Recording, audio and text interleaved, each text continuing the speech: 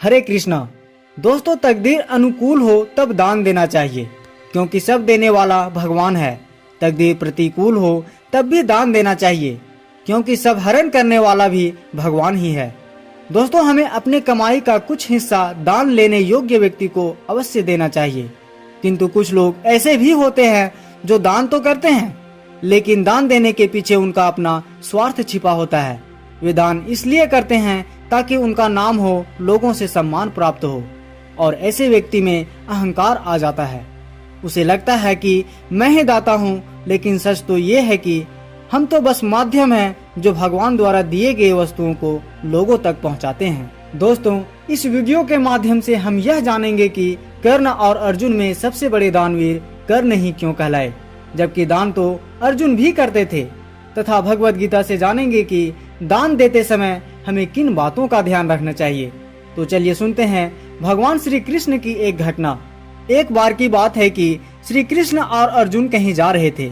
रास्ते में अर्जुन ने श्री कृष्ण से पूछा कि प्रभु, एक जिज्ञासा है मेरे मन में, अगर आज्ञा हो तो पूछूं।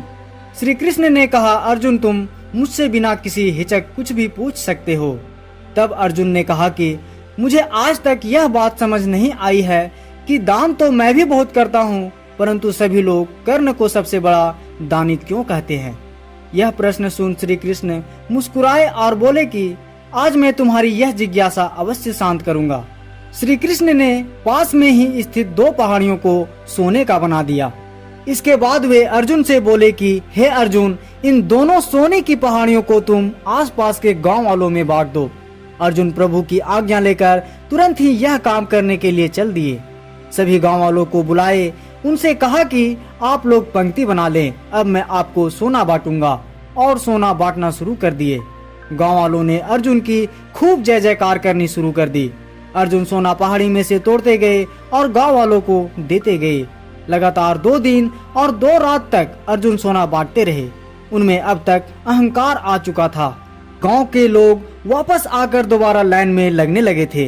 इतने समय पश्चात अर्जुन काफी थक चुके थे। जिन सोने की पहाड़ियों से अर्जुन सोना तोड़ रहे थे, उन दोनों पहाड़ियों के आकार में जरा भी कमी नहीं आई थी। उन्होंने श्री कृष्ण से कहा कि अब मुझसे यह काम और न हो सकेगा, मुझे थोड़ा विश्राम चाहिए। प्रभु ने कहा कि ठीक है, तुम अब विश्राम करो, और उन्होंने कर्ण को बुला लिया। उन्होंने कर्ण से कहा कि इन दोनों पहाड़ियों का सोना इन गांव वालों में बांट दो, और कर्ण तुरंत सोना बांटने चल दिए। उन्होंने गांव वालों को बुलाया और सोने की पहाड़ी की तरफ इशारा करते हुए कहा, यह सोना आप लोगों का है, जिसको जितना सोना चाहिए वह यहाँ से ले जाए। ऐसा कहकर कर्ण वहाँ से चले गए। यह देख अर्जुन ने कहा, ऐसा करने का विचार मेरे मन में क्यों नहीं आया। तब इस पर श्री कृष्ण ने जवाब दिया कि तुम्हें सोने से मोह हो गया था। तुम खुद यह निर्णय कर रहे थे कि किस गांव वाले को कितने सोने की जरूरत है, उतना ही सोना तुम पहाड़ी में से खोदकर उन्हें दे रहे थे। तुम में दाता होने का भाव आ गया था। दूसरी तरफ कर्ण ने ऐसा नहीं किया। वह सारा सोना गांव वालों को देकर वहां से चले गए। वह नहीं चाहते थे कि उनके सामने कोई उनकी जय जयकार करे या प्रशंसा करे।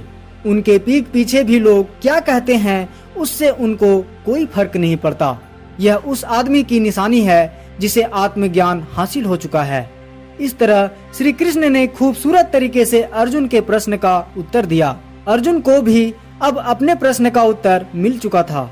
दोस्तों, दान देने के बदले में धन्यवाद या बधाई की उम्मीद करना भी उपहार नहीं, सौदा कहलाता है।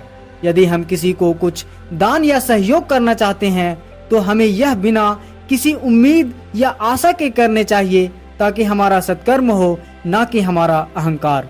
श्री कृष्ण भगवत गीता के 17वें अध्याय के 20वें श्लोक में बताते हैं कि जो दान कर्तव्य समझकर किसी प्रत्युपकार की आशा के बिना समुचित काल तथा स्थान में और योग्य व्यक्ति को दिया जाता है, वह सात्विक माना जाता है।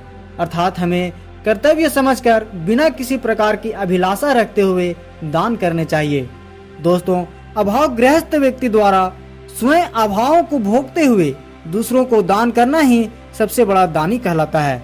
दोस्तों, वीडियो कैसी लगी यह कमेंट करके जरूर बताइए। साथ ही हमारे चैनल को सब्सक्राइब कर दीजिए तथा वीडियो लाइक करके हमारा उत्साह बढ़ाइए ताकि ऐसे ही ढेर सारी प्रेरक कहानियाँ आपके लिए ला सकूं। धन्यवाद। हरे कृष्ण।